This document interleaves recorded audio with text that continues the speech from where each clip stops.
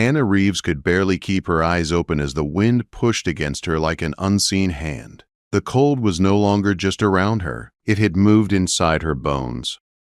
Her breath came out in short, broken pulls, each one scraping her throat raw. Her legs shook with every step, but she forced them forward anyway. Stopping meant lying down. Lying down meant never getting back up.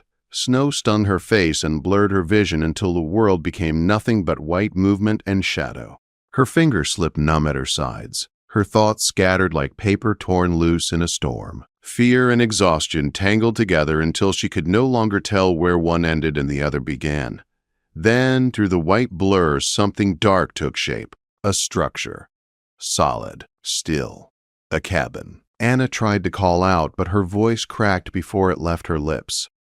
The last of her strength carried her forward. She did not remember reaching the door. She only remembered the sound of wood beneath her hand, then nothing at all. So, warmth struck her all at once. The door opened, and heat rushed over her face, her chest, her frozen skin. Before she could fall, strong arms caught her. Arms solid and sure, lifting her as if she weighed nothing. Her cheek pressed against something firm and warm, a chest broad as a tree trunk. The scent of smoke and pine filled her lungs. The door shut behind them, sealing out the storm. "Easy now," a deep voice said, low and steady. A voice that did not fight the storm, but knew it well. "You're safe." Her knees gave out, but the man held her without strain. He carried her across the room and lowered her near a bright fire set into a stone hearth. Orange light flickered across rough wood walls. Her soaked boots thudded softly against the floor. She tried to speak. Only a weak sound came out. "Thank you." "Don't talk yet," the man said. His hands were careful as he guided her into a chair. Gentle, despite their size, he moved away, steps heavy but quiet, and returned with thick blankets and a steaming mug. "Drink." She lifted her hands, but they shook too badly. He steadied them with one of his own. His palm wrapped around hers completely, warm and strong.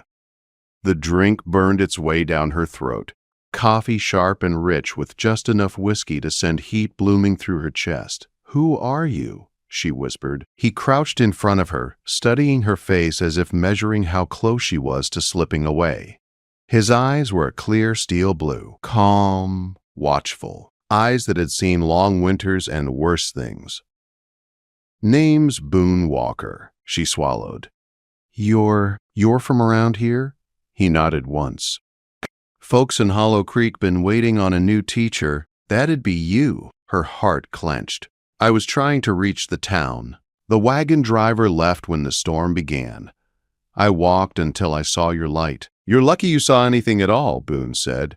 He rose and checked the window. Snow slammed against the glass in thick waves. "This storm's not easing tonight. Maybe 3 days." 3 days. The words tightened her chest. The school board expected her before the weekend. She had fought too hard for this position to lose it to weather. "I have to reach the town," she said. "They're expecting me." Boone turned back to her. "You're not going anywhere tonight. Storm will take you if you try. Sit by the fire. Warm up." She wanted to argue.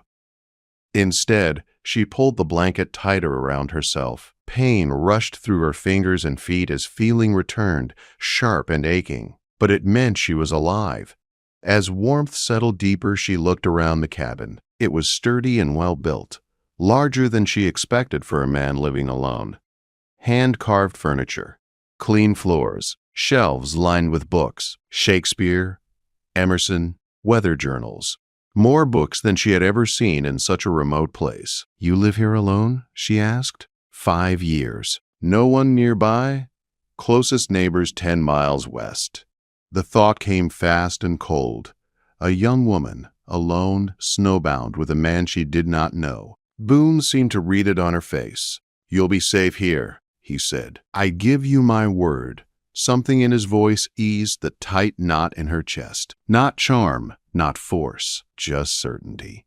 He paused, then nodded toward a single bed against the wall. "One thing you should know, there's only one place to sleep." Her shoulders stiffened. "I'll take the chair," Boone added, "but if you stay there all night, you'll freeze." Fire won't last till morning. Body heat matters out here. She met his eyes. He did not look away. I'm not asking anything of you, he said, just trying to keep you alive. She believed him. She did not know why, only that she did.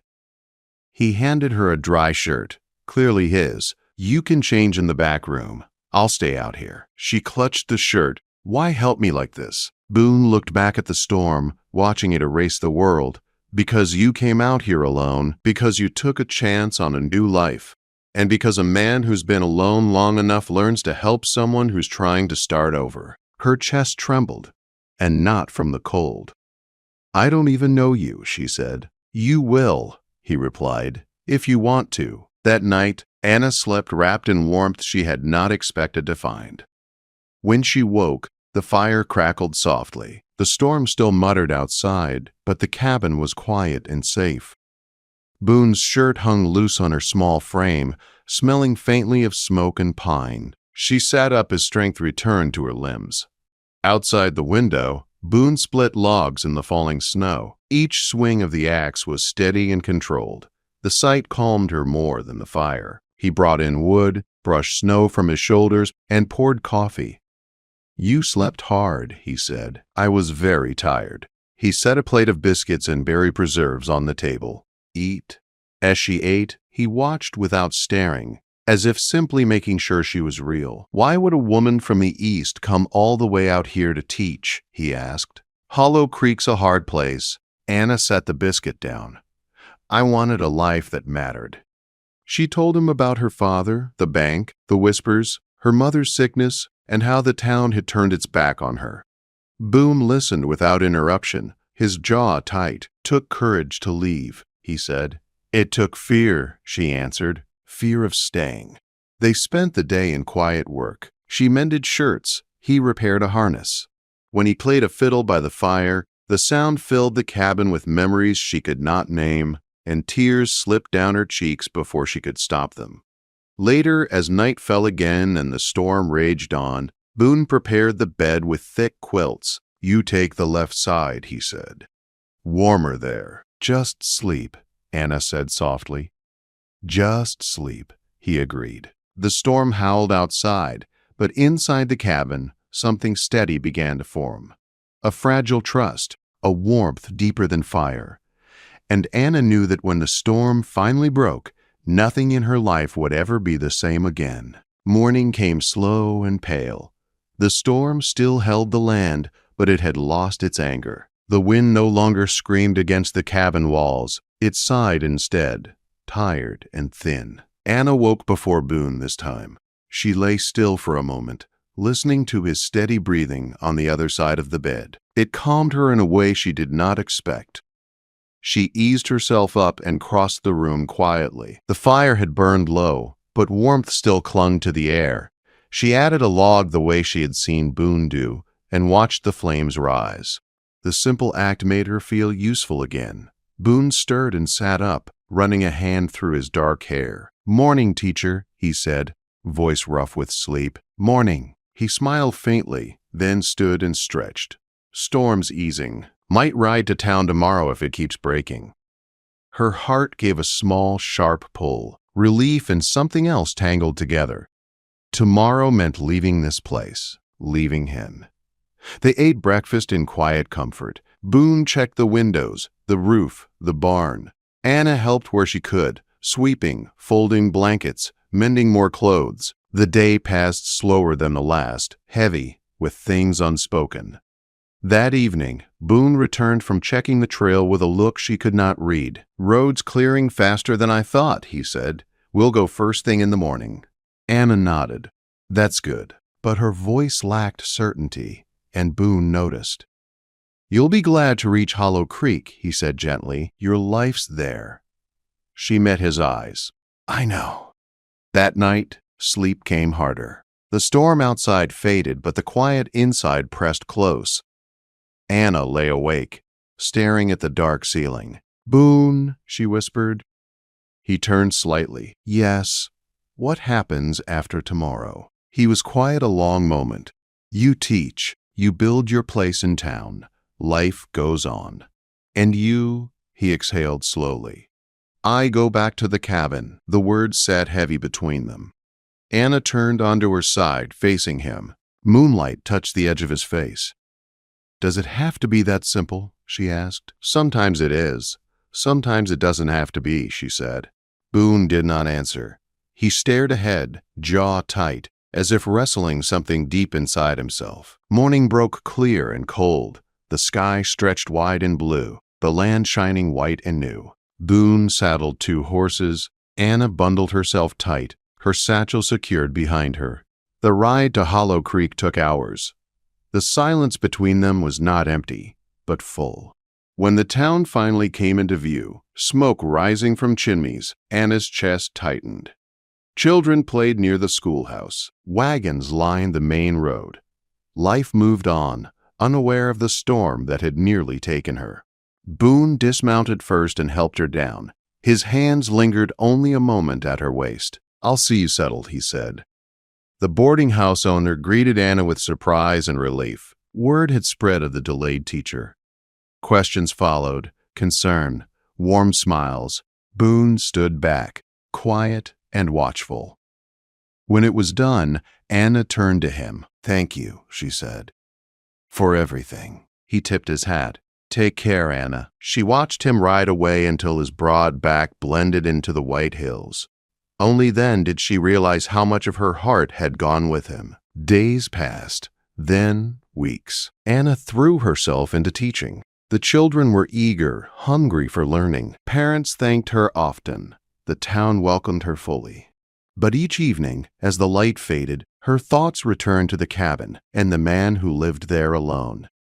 Boone did not come to town. On the 10th day, he finally did. She was closing the schoolhouse when she heard boots behind her. She turned and her breath caught. Boone stood there, hat in hand. Evening, teacher? You came, she said, unable to hide the warmth in her voice. Promised I would. They walked together through town, careful, quiet. At the edge of the road, he stopped. How are you settling in? He asked. Busy, tired, happy. She hesitated. But I miss the quiet sometimes. He smiled faintly. Cabin's still standing if you ever want to visit. Before she could answer, another voice cut through the air. Well now, if it isn't Boone Walker. A man stepped from the shadows, tall, thin, dressed finer than most men in Hollow Creek. His smile did not reach his eyes. Boone stiffened. Levi Crane. Anna felt the tension shift at once. Ma'am, Levi said smoothly, you must be the new teacher. I've heard about you. She nodded politely. Welcome to Hollow Creek. Just passing through, Levi said. But I always like to keep track of old friends. We're not friends, Boone said. Levi chuckled softly. Funny how the past never agrees. His eyes slid back to Anna. Careful who you trust out here. Boone stepped forward. Leave her out of this. Levi raised his hands. Easy. No harm meant. Just paying respects. He tipped his hat and walked away, boots echoing on the frozen road. Anna turned to Boone. Who was that? Someone I hoped was gone for good. They walked in silence until they reached the edge of town. Boone stopped and faced her. There's something you should know, he said. About me. She waited. After the war, I fell in with men who made bad choices. Levi was one of them. I walked away, but not everyone forgives that. Anna searched his face. Are you in danger? Maybe. Maybe not. But if he's here, it's not by chance. Fear touched her, sharp and sudden. Not for herself, but for Boone. What do we do? Boone shook his head. Nothing yet. Just stay aware. I'm not afraid of your past, she said. He looked at her then. Really looked. You should be. She stepped closer. I see who you are now. The next morning, dust rose on the ridge. Riders approached town. Anna saw them from the schoolhouse window and felt her heart sink. Boone arrived moments later, placing himself in front of her without hesitation. Go inside, he said quietly. She shook her head. I'm staying. Levi dismounted, smiling coldly. Thought you'd run, Walker. Not anymore. Levi's eyes flicked to Anna. She deserved to know who you really are. Boone spoke first. I made mistakes. I paid for them. I won't let you bring trouble here. Levy laughed and drew his gun. Before he could aim, men stepped into the road. Farmers, ranchers. Fathers of Anna's students. This town stands together, one said. Levi's smile faded. He looked around, calculating. Then he holstered his gun. This isn't over, he warned. Boone didn't blink. It is for you. Levi rode off, his men following. Anna turned to Boone and wrapped her arms around him without thinking. He froze, then held her carefully. You didn't have to face this alone, she said. He rested his forehead against her hair. I never expected anyone to stand with me again. That night, under a quiet sky, Boone took her hands. I don't want to go back to being alone, he said. Not now. Not after you. Her heart raced. Boone. I don't know what tomorrow holds, he continued, but I know what I want. She looked up at him, breath trembling. Then we'll face tomorrow together, she said. The choice had been made, though neither spoke it aloud. And somewhere beyond the hills, danger still watched and waited, unwilling to let the past stay buried. The night after Levi rode away did not bring peace. Anna lay awake in her narrow boarding room, staring at the ceiling while the wind whispered outside the window. Every sound felt louder than it should have been. A step on the stairs, a door closing somewhere below. Her mind replayed Levi's smile again and again, sharp and knowing. At dawn, she rose early and walked to the schoolhouse. Teaching helped steady her. The children's voices, their questions, their laughter filled the room and pushed fear back into its corner. Still, her eyes drifted to the windows more than once. By midday, Boone arrived. He did not come quietly this time. He came prepared. Anna saw him speaking with Sam Hartwell and two other men outside the schoolhouse. Their faces were serious. When Boone noticed her watching, he excused himself and walked toward her. You all right? He asked. I was about to ask you the same. He nodded once. Levi won't give up easy. Men like him don't walk away unless they have to. What does that mean for us? Boone held her gaze. It means I won't leave town again. Not until I'm sure he's gone for good. Her heart warmed at the words, then tightened. You don't have to stay for me. I know, he said, but I want to. That afternoon, Boone moved his horse into town and stayed with Sam. Word spread quickly. Some people were uneasy, but most stood with Boone. He had helped many of them over the years, even from a distance. Fixed fences, pulled wagons from snowdrifts, never asked for payment. That night, Anna heard a knock at her door. It was Boone. I didn't want you alone tonight, he said. Sam's keeping watch, but still. She let him in without hesitation. They sat at the small table, a lantern casting soft light between them. Do you regret coming to Hollow Creek? He asked quietly. She shook her head. No. Even with all this fear, I don't. He studied her face. You could leave. No one would blame you. I won't run because someone wants to scare me, she said. And I won't leave because of your past. Boone's breath hitched. You don't know how much that means. The knock came again, louder this time. Boone stood at once. Sam's voice came through the door. Boone. Tracks west of town. Fresh. Boone's jaw tightened. He grabbed his coat. Anna stood. I'm coming! No, Boone said firmly. You stay here. She met his eyes. I trust you. Come back. He nodded once. I will. The men rode out under a moonless sky. Anna waited, pacing the small room. Minutes stretched into hours. Just before dawn, a shout echoed through the street. Anna rushed to the window. Boone was there, standing in the road. His coat was torn. Blood marked his sleeve, but he stood tall. She ran outside. It's over, he said before she could speak. Levi won't be back. What happened? He looked down at his arm. He came for me, tried to draw me away from town. We ended it before anyone else got hurt. Her hands shook as she touched his sleeve. Are you badly hurt? Just a cut. I've had worse. Tears filled her eyes, holding him tight. He wrapped one arm around her, careful but sure. I thought I lost you, she whispered. He rested his chin against her hair. I promised you, I'm still here. The town gathered as the sun rose. Questions were asked, answers given. Levi Crane was gone, heading far from Hollow Creek with no desire to return. Life slowly settled back into its rhythm. Days turned into weeks. Boone stayed. He helped repair the schoolhouse roof. He walked Anna home each evening. Sometimes they spoke. Sometimes they simply walked in silence, content in each other's presence. One evening, Boone asked her to ride with him. They went back to the cabin. The place looked the same, yet different, less lonely, as if it had been waiting. You don't have to come back here, Anna said softly. Not if you don't want to. Boone looked around the room. I built this place thinking I wanted to be alone. Turns out, I just hadn't met the right person yet. He took a breath, steadying himself. Anna Reeves, he said. I won't pretend I'm an easy man to love. My past won't disappear. But if you're willing, I'd like to build a life with you. Not hiding. Not running. Right here. Her heart pounded. I came west looking for purpose, she said. I found it in the schoolhouse. And I found something else in you. She reached for his hand. Yes. Boone exhaled sharply, emotion breaking through his careful calm. He pulled her close, holding her as if anchoring himself to the moment. They married in spring. The whole town came. Children filled the aisle with wildflowers. Sam stood beside Boone. Anna's students sang, off-key and proud.